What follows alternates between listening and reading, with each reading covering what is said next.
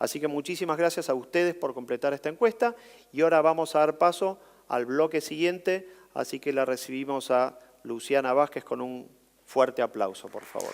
Gracias. Espero que me llame. Gracias, Juan. Muy buenos días a todos.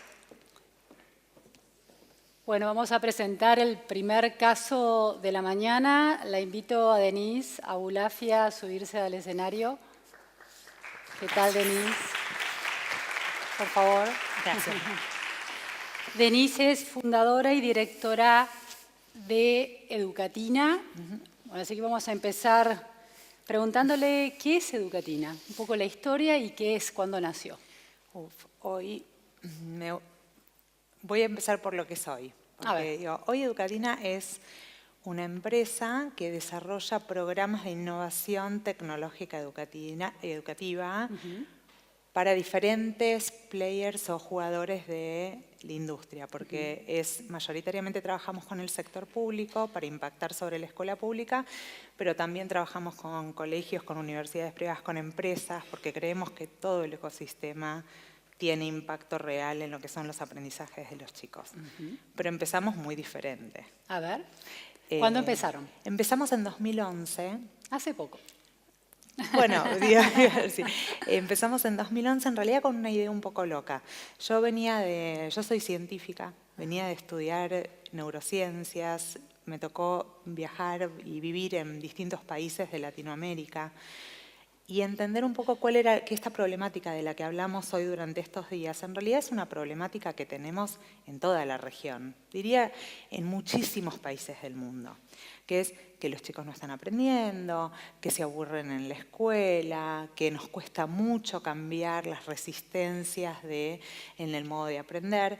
Pero la neurociencia también avanzó muchísimo en esto de entender qué pasa en esos cerebros de los chicos, cómo aprenden, cuáles son esos canales por los que pueden adquirir mejor esa información, etc. Entonces, en 2011 decidí volver a Argentina y emprender de entender dónde estaban ellos, dónde estaban los chicos. Y en ese momento Google estaba en el proceso de adquisición de YouTube. Entonces empecé a investigar qué pasaba cuando los chicos buscaban en Internet palabras como ecuaciones, análisis sintáctico, el ciclo del agua, temas muy curriculares. Y nos encontramos con la sorpresa de que la mayoría de esas búsquedas estaban hoy en YouTube, ni siquiera en Google. O sea, los chicos las youtubeaban. Claro. Buscaban definitivamente medios audiovisuales. Y cuando uno iba a ver en ese momento qué pasaba en los canales de YouTube, no encontraba una secuencia lógica de contenidos donde uno se pudiese encontrar con... Había como cosas muy dispersas, sobre todo en español. Entonces empezamos creando un canal de YouTube. Lo que hicimos fue convocar a profesores de toda Latinoamérica para que esos profesores que vos decís, yo quiero tener ese profesor en cada una de las materias. Y con eso construimos un canal y ese canal hoy tiene alrededor de 5.000 videos tutoriales que cubren desde el segundo ciclo de la escuela primaria hasta la universidad en temáticas de más de 50 materias diferentes. Y tiene 180 millones de reproducciones de esos videos. Son 5 millones de chicos por mes que usan ese canal. O sea, evidentemente la necesidad estaba. Entonces, pasamos por muchas etapas dentro de esta compañía. Nosotros nacimos para democratizar el proceso de aprendizaje de los chicos, que es nuestro foco, y lo que fuimos aprendiendo durante estos años es en cómo generar mayor impacto a través de eso. El canal de YouTube no era suficiente para impactar. ¿Por qué?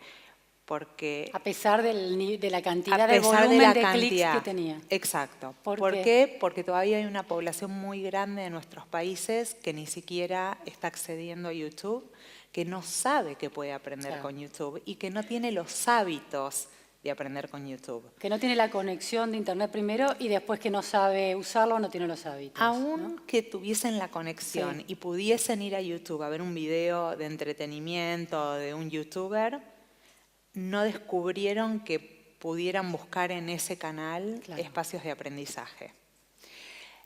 Y de los chicos que sí descubrieron que lo pueden usar como un canal para aprender, lo hacen con un muy mal hábito que es la noche anterior al examen.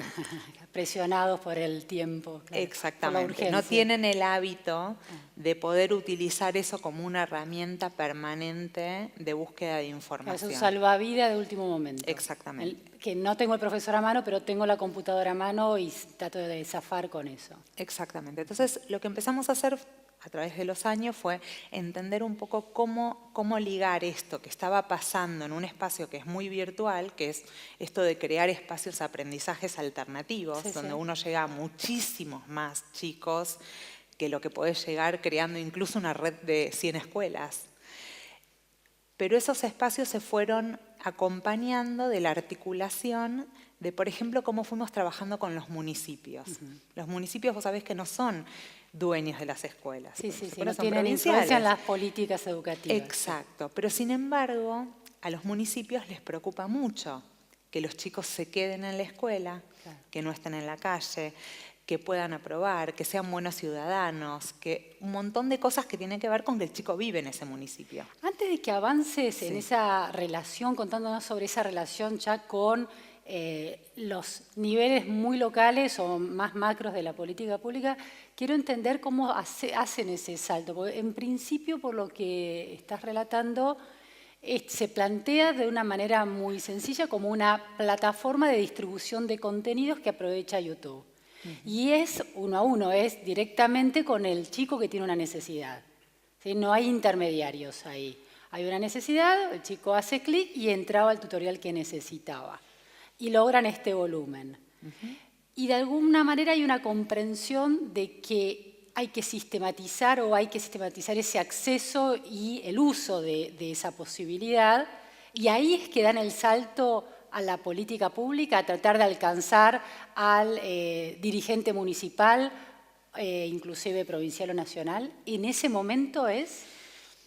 En realidad hubo pasos en el medio. A ver. A ver, lo primero que hicimos es, digamos, yo como científica también creé un equipo donde permanentemente estamos aprendiendo, investigando y monitoreando qué cosas funcionan y qué no. Entonces, cuando el canal tenía 1 millón de chicos, que ya era un volumen considerable como para poder sacar datos estadísticos y poder analizarlos, lo primero que hicimos fue empezar a conversar con ellos. Vos sabés que YouTube es una red social, te permite Claro. mucha conexión con los chicos. Entonces, empezamos a conversar con ellos sobre de qué forma ellos querían aprender. Y lo que empezamos a ver, por ejemplo, es que cada video o cada video tutorial generaba, en la mayoría de los casos, debate e investigación de parte de ellos. Claro. Uno tiraba, por ejemplo, un video sobre ADN y cómo se replica ese ADN, que es algo, digamos, que a los chicos conceptualmente es un tema difícil de entender. Sí. Y muchas veces, por hacerlo más simplista o más simple, el chico decía, no, pero al video le falta esta información más específica sobre qué proteína tenía que ser la que replique el Claro. ADN. Entonces, les hacía ruido que en la escuela se lo habían explicado de otra manera y entonces iban a buscar la información para ir sobre el video a poder empezar una discusión. Y esa discusión, vos sabés que en comunidad se da muy larga, Claro. y entonces empiezan otros chicos a discutir sobre esto. Era entre pares, era y entre era siempre chicos. entre pares. Por otro lado, también cuando empezamos a escuchar, no encuentro las cosas, no sé cómo buscarlas. A mí me dijeron que tengo examen de ecuaciones y acá hay 100 videos y no sé cuál es. Claro. Entonces, el segundo paso después de eso fue ordenar todo ese contenido en una plataforma que es educatina.com. Claro. Entonces, ahí vino lo que se llamó el ir hacia al diseño curricular, que es, si bien no es el diseño curricular particular de ni provincia de Buenos Aires, ni de la Argentina, ni de ninguna de las provincias. ¿Es promedio de América Latina o es un chico de Argentina puede acceder y va a encontrar el contenido y un chico de Colombia también? ¿O? En educatina.com sí, Sí. porque el alineamiento, la organización que tienen los contenidos ahí es más por área temática. Claro. O por materia, en un árbol de contenidos de distribución que hace que sea no solo mucho más fácil para el chico encontrar el material, sino que fuimos agregando algunas funcionalidades que entendimos con la investigación que eran claves para que el chico se apropie de la tecnología. Por ejemplo, tener un muy buen buscador de contenidos, Claro. que es algo básico, que muchísimas páginas lo tienen, muchísimas webs lo tienen, pero en general no funcionan bien. Y lo segundo fue poner un chat con facilitadores de aprendizaje, que eso fue clave. ¿Eso qué es? Nosotros lo llamamos el educabot, y los chicos muchas veces piensan que es un robot, pero no es un robot. Detrás de todo eso hay profesores que lo que están haciendo es cuando el chico te pone, por ejemplo, enlaces. Y eso hablan así, ¿no? Digo, enlaces. Entonces el facilitador ya entendió que enlaces posiblemente se refiere a enlaces químicos y que está en la secundaria, en la clase de química o de físico-química, y entonces va preguntándole a través de, bueno, ¿en qué año estás? ¿En qué país? ¿Estás viendo enlaces químicos? ¿Y te suena que estás viendo conexiones entre moléculas? ¿Sí? Bueno, entonces lo lleva hasta el lugar a donde tiene que empezar ese proceso de Denise, aprendizaje. Esa herramienta funciona como un escritorio de ayuda para orientarlo en la búsqueda, pero además le da explicaciones adicionales si el tutorial, el video, la explicación que la plataforma le ofrecía no le termina de satisfacer la duda. Bueno, ahí va el próximo paso. A ver. Es como los facilitadores empezaron a darse cuenta que los chicos tenían dudas muy puntuales, Claro. muchas veces, que obviamente un video tutorial prearmado no podía responder, hicimos otro desarrollo más de tecnología, que es una plataforma que ahora se llama aulaya.com, donde los chicos pueden conectar uno a uno con profesores particulares certificados de matemática, física o química las 24 horas y al instante. Y ahí sí es la consulta con el especialista en ese tema preparado para dar a cada nivel.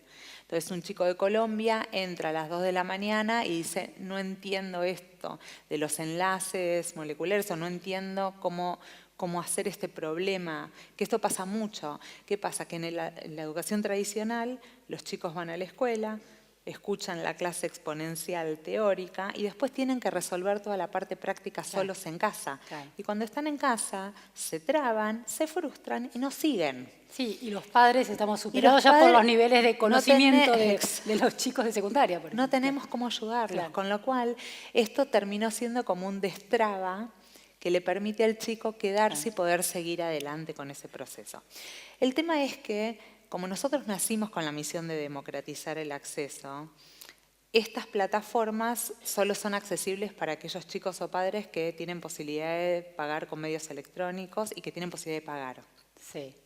Y no terminábamos de resolver la situación de impacto, sobre todo en los chicos que más lo necesitan. Por eso vino el pasaje a empezar a tener estas conversaciones con los municipios o las provincias.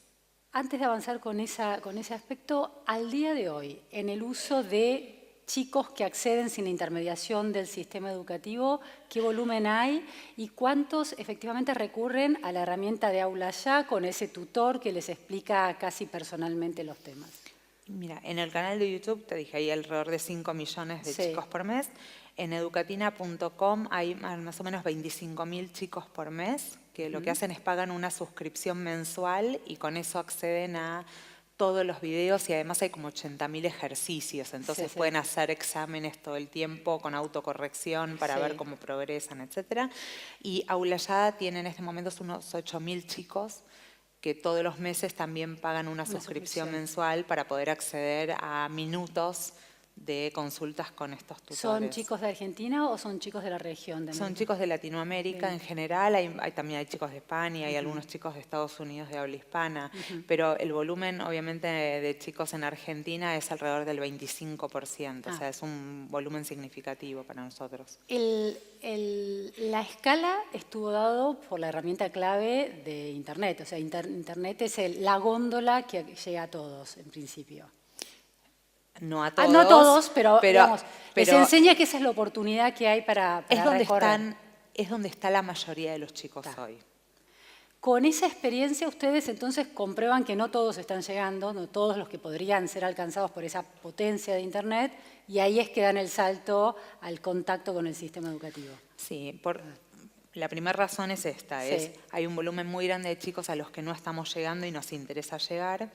Y la otra razón es, por más que nosotros hagamos esfuerzos para que los chicos aprueben, porque la realidad era esto era cuando uno ve las redes sociales de Educatina, lo que ve es, me salvaste, cuando termine el secundario te voy a regalar el título de Educatina, o sea, pero no era la misión, o sea, la misión era ver cómo podíamos verdaderamente hacer cambios para que el chico genere hábitos de aprendizaje, que aprenda a aprender y no a salvarse. Por eso es que volvemos a la escuela. Entonces, Educatina se retransformó, estos productos, digamos, que están online siguen estando disponibles, pero el foco de la compañía desde hace 3 años viene siendo en el desarrollo de programas de innovación bajados a tierra en las escuelas. Nosotros hoy nos sentamos a planificar con los docentes de las escuelas en cómo modificar la planificación del todos los días para reconvertir el proceso de enseñanza de los chicos. Ajá. Y eso lo hicimos, capacitamos un equipo de más de 2.000 profesores, como muchos de los que están sentados acá, que tienen esa cosquilla de querer realmente hacer algo diferente. Y les enseñamos qué significa el aula invertida, les enseñamos qué significa el aprendizaje basado en proyectos, el aprendizaje basado en proyectos con significancia comunitaria, que es algo que todavía se habló menos acá, pero tiene que ver con el chico está inmerso en una comunidad y hace mucho más significativo su aprendizaje cuando lo que tiene que aprender puede terminar en un resultado, en un producto o en una acción o en un servicio que lo da en su misma comunidad. Y esos proyectos funcionan muy bien en algunas escuelas. Entonces, lo que empezamos a hacer es aprender cómo trabajar con las escuelas para que, digamos, esto de tener la plataforma, que para un municipio puede estar organizada, o sea, cada municipio tiene una plataforma educativa diferente, donde ahí los contenidos ya se alinean al diseño curricular local para acompañar en forma de espejo todo el contenido teórico que los chicos deberían estar viendo en la escuela. Sí, Denise, en esta instancia, porque en la primera instancia era una plataforma de internet tecnológica que permite un volumen, la escala, ¿no? Ahora, ustedes quieren incrementar esa escala aún a aquellos a los que les cuesta más llegar. Dan el salto a los municipios. ¿Hay el rol de la tecnología en esos procesos de desarrollo conjunto de innovación con los docentes de esos municipios? ¿Sigue teniendo un rol importante? ¿Estas plataformas tecnológicas siguen siendo claves en esa mecánica de expansión y de la innovación? Sí, es clave y además es la excusa. O sea, todos los programas empiezan con el desarrollo de una plataforma o un portal, para muchos casos, que en realidad es la misma plataforma educativa que usa el que puede pagarla, pero con una imagen diferente y además con una selección de contenidos que, como te decía, se alinean al programa del diseño curricular local. Sí. Si estamos en Tucumán, se alinea al diseño curricular de las escuelas de Tucumán para determinado nivel. Sí. Y elegimos qué materias, elegimos para qué años, etc. Ahora, empieza con un portal. Entonces, cuando uno deja esas plataformas y las comunica en la comunidad, los chicos empiezan a usarla. Y empiezan a usarla de la misma manera que usan el canal de YouTube o que usan educatina.com, pero en este caso es gratis para los chicos. Claro. Entonces, tienen acceso completamente liberado. Y eso permite 2 cosas. Por un lado, que los chicos tengan una herramienta de apoyo escolar muy fuerte que acompañan sus celulares, porque ya no trabajamos, si tienen netbook, si no tienen computadora, la mayoría de los chicos en escuela secundaria, aún en los casos de mayor vulnerabilidad, tienen un celular. Y aún en los casos de zonas rurales, donde la conectividad es muy limitada, hicimos encuestas y entendimos que los chicos, un video de YouTube, una vez a la semana ven igual. Claro. Ellos se las rebuscan igual para buscar lugares de conectividad. Entonces, aún en esos lugares lo que hacemos es ayudar a los profesores a planificar con una semana de antelación qué cosas pueden hacer articuladamente en sus clases presenciales ahora que tienen el contenido puesto en la plataforma. Porque cuando vos vas a las escuelas te encontrás con esta realidad. Hay un diseño curricular que apremia en tiempo. Todos tenemos que cumplir con ese diseño. Entonces no queda tiempo para innovar, porque tenemos que cumplir con el diseño. Entonces, Lo que permite la tecnología o el volcar los contenidos teóricos en otro espacio es que muchas veces lo que no entendemos es que en la clase perdemos mucho tiempo explicando un tema, porque tenemos que esperar que los chicos se sienten, que hagan silencio, que hablen todas las preguntas que no entendí. Se pierde muchísimo más tiempo que si el alumno puede hacerlo en su propio tiempo y espacio y ese video lo ve las veces que necesite, lo vuelve para atrás. Claro. De hecho, ahí vuelvo a la neurociencia y te digo que hay un montón de estudios que demuestran que cuando el chico respeta su cronobiología, su propio tiempo, su reloj biológico, donde le permite decir cuál es su mejor momento del día para concentrarse, cuando lo puede optimizar sus canales de incorporación de la información, o sea, el auditivo y el visual a la vez, y puede pararlo las veces que necesite. Sí. Ese chico aprende mucho mejor.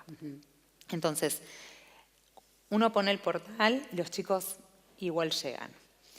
La segunda apuesta más fuerte es, entonces ahora podemos ir a las escuelas y empezar a hacerle entender a los docentes y a los directivos que si permiten que los chicos con antelación vean los videos antes de ir a clase, la clase se puede convertir en un espacio muchísimo más rico de trabajo. Claro, en ese punto, la plataforma y todos los contenidos curriculares subidos a esa plataforma y todos esos dispositivos que ustedes les ponen a los dispositivos pedagógicos, que ponen al alcance de los chicos, se integra a la planificación del aula. Ese es el objetivo de máxima en ese punto. Exacto.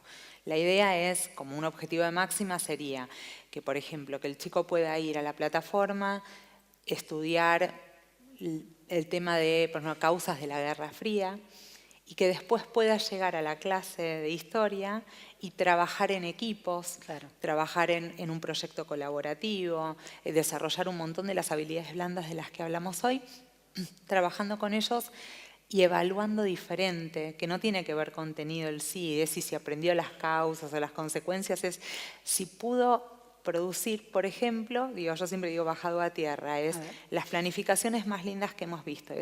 Hay un tema en prácticas del lenguaje que es reglas de acentuación. O sea, es que fallamos muchísimo, incluso de adultos. Para los chicos eso es aburridísimo. Para los docentes dar eso también es aburridísimo. Entonces, por ejemplo, si los chicos van a ver el video de reglas de acentuación, después uno puede trabajar en el aula con los chicos, incluso dividiendo los equipos o los grupos con las necesidades diferentes del grupo. Aquellos chicos que todavía necesitan mucho más ayuda del docente porque están muy atrasados en su proceso de escritura, por ahí esos chicos lo que van a hacer es trabajar sobre un texto más sencillo, donde van a ver cómo pueden, por ejemplo, incorporar las tildes en ese texto. Hay otro grupo ya un poco más avanzado que por ahí vamos a proponer un juego donde va a haber un texto un poco más complejo con errores de acentuación y que ellos tienen que descubrir dónde están en base a las reglas de acentuación esos errores. Y hay un grupo más avanzado que ya puede armar una evaluación con un entorno lúdico para el resto del grupo sobre cómo podrían evaluar si se aprendieron las reglas de acentuación. Todo eso generó, además del aprendizaje de las reglas de acentuación, una mecánica de trabajo mucho más interesante, chicos mucho más comprometidos, aprendizajes de un montón de cosas que tienen que ver con la dinámica de grupo, que cuando uno las evalúa en una rúbrica de evaluación mucho más completa, que si saben o no las reglas de acentuación, en realidad esto parece algo bastante sencillo, pero la mayoría de los docentes no fueron formados para enseñar de esa manera. Entonces, nosotros nos dedicamos hoy con un gran equipo a ir por el país capacitando a los docentes en estas dinámicas de trabajo para que puedan sacar tiempo de exposición, dejando que los chicos lo vean en los videos y trabajando en el aula de esa manera. Denise, ¿qué relación tiene toda esta logística y mecánica o qué diferencias y qué puntos de comparación e igualdad tiene con la mecánica del aula invertida, que se instaló mucho como una tendencia muy específica, la Flipped Classroom? Bueno, y la provincia de Misiones, por ejemplo, está incorporando esa estructura en sus escuelas técnicas. ¿Cuál sería la diferencia o es efectivamente, es efectivamente lo mismo? Es efectivamente esto. De hecho, todo nuestro modelo propuesto está basado en el modelo de aula invertida. Lo que pasa es que aula invertida es muy amplio, porque vos podés invertir el aula significa cambiar el rol de un docente expositor a un docente que es un facilitador del aprendizaje, porque ahora en un modelo de aprendizaje híbrido o mixto, donde existe la virtualidad y la presencialidad, el alumno aprende el contenido teórico solo en casa a través de los videos tutoriales y cuando va a clase trabaja mayoritariamente en la práctica. Este es el concepto de Claro. flip learning o de aula invertida. Ahora, lo que hace en el aula es muy amplio, porque podrías hacer una guía de trabajos prácticos si es una clase invertida Tomarle clásica. un examen para ver cuánto aprendió en casa. Claro, Exacto. O claro. podrías estar trabajando, por ejemplo, en un proyecto comunitario, en la elaboración de una bomba hidráulica que permita sacar los pozos de agua que se forman después de la lluvia. Tengo dos preguntas. Uno de los temas de la clase del aula invertida, uno de los dilemas que deja flotando es que aun cuando un chico cuyos padres no lo pueden ayudar porque o el tema es muy complejo o ya no se acuerdan de la matemática de quinto año, aun cuando un chico pueda volver ese video hacia atrás las veces que necesite, detenerse, pensar, chequear con otras fuentes en Internet, la sola repetición de un contenido, del mismo contenido hasta cansarse en la repetición, no necesariamente produce aprendizaje y comprensión en el chico. De manera que la potencia de ese uso en la casa, en su hogar, en su escritorio, aun cuando sea libremente repetido, no necesariamente es efectivo. ¿Cuál sería la respuesta en ese sentido? Estoy de acuerdo y la razón... Es por eso que nosotros no propiciamos que esto se use como, por ejemplo, como homeschooling. Porque no creemos que el alumno pueda aprender solamente por ver los videos y trabajar solo en la casa. Para que el alumno aprenda tienen que suceder varias cosas. Primero tiene que haber un entorno cuidado y respetado del tiempo de cada alumno. Y para eso un alumno puede ver, no un video, puede ver incluso varios videos que le permitan tener distintos enfoques para aprender el mismo concepto. Y segundo, tiene que haber un espacio de presencialidad en el aula con un docente que si el alumno, si los temas son más complejos, no vas a comparar por ahí una clase, 3 clases de 45 o 60 minutos cada clase con un video de 8 minutos. Entonces, lo que permite el video son dos cosas. Primero, permite que un concepto que se llama de concientización o en inglés se llama awareness, que es como la toma de conciencia. Hay un montón de experimentaciones y estudios, y lo sabemos los que damos clases hace mucho tiempo, que es que cuando el alumno llega a aprender un tema nuevo, con la mente en blanco, o sea, no sabe nada de ese tema, el proceso que toma aprender ese tema nuevo requiere de muchísima energía y concentración de parte de los alumnos. En cambio, si el alumno vio el video antes de venir a clase, aun si diésemos una clase expositiva, ese proceso de apropiación de la información es muchísimo más relajado y mucho más sólido en el proceso de creación de memoria, por ejemplo. Entonces, es importante que nosotros, de alguna manera, hagamos mezclas cuando damos clase. No es que cuando uno hace aula invertida invierte el 100% de las clases, sino que hay temas que requieren de trabajar con videos y con explicaciones en el aula, incluso para tener enfoques diferentes. Y hay temas que son más sencillos y que por ahí permitirían meramente que un chico vea un video y que yo trabaje en el aula con la práctica. Denise, dos preguntas porque nos quedan los últimos 5 minutos. La primera es muy concreta. ¿En cuántas provincias, con cuántos sistemas educativos están trabajando? ¿A cuántas escuelas, docentes y alumnos están afectando? En este nuevo proceso que encara. Hoy es como muy variado, porque empezamos hace 3 años, así que estamos en el proceso de escala con esto, de crecimiento en escala. Hoy llevamos impactados 80.000 alumnos. Hicimos capacitaciones ya en más de 170 escuelas y estamos trabajando a nivel provincial con la provincia de Tucumán desde hace un año, sobre todo con las escuelas técnicas. Y después trabajamos hoy estamos en 9 municipios, mayoritariamente en provincia de Buenos Aires, pero también en Córdoba, por ejemplo. Y lo que estamos hoy es empezando el proceso de implementación casi en el doble de lo que estamos manejando hoy. Pero bueno, datos reales de impacto de lo que tenemos hoy es en estos procesos que te cuento. Y después fuera de la Argentina también. Y para el crecimiento en escala, además de los acuerdos con las provincias, hay una huella en Internet, en una plataforma de los proyectos y de los logros y de los entrenamientos y capacitaciones que le están dando a los docentes hoy en día. ¿Hay un reservorio que otros docentes en red podrían consultar? ¿Están planeando eso? Bueno, parte del programa que hacemos en cada espacio, por ejemplo, no sé, cuando llegamos a un municipio como Villa María, todo esto es un espacio colaborativo, pero en Villa María por ahora. O sea, la idea es después armar una red a nivel nacional, pero por ahora lo que estamos trabajando, como son los primeros años de trabajo, estos son proyectos de más años de trabajo. Lo que hacemos es primero generar comunidades locales.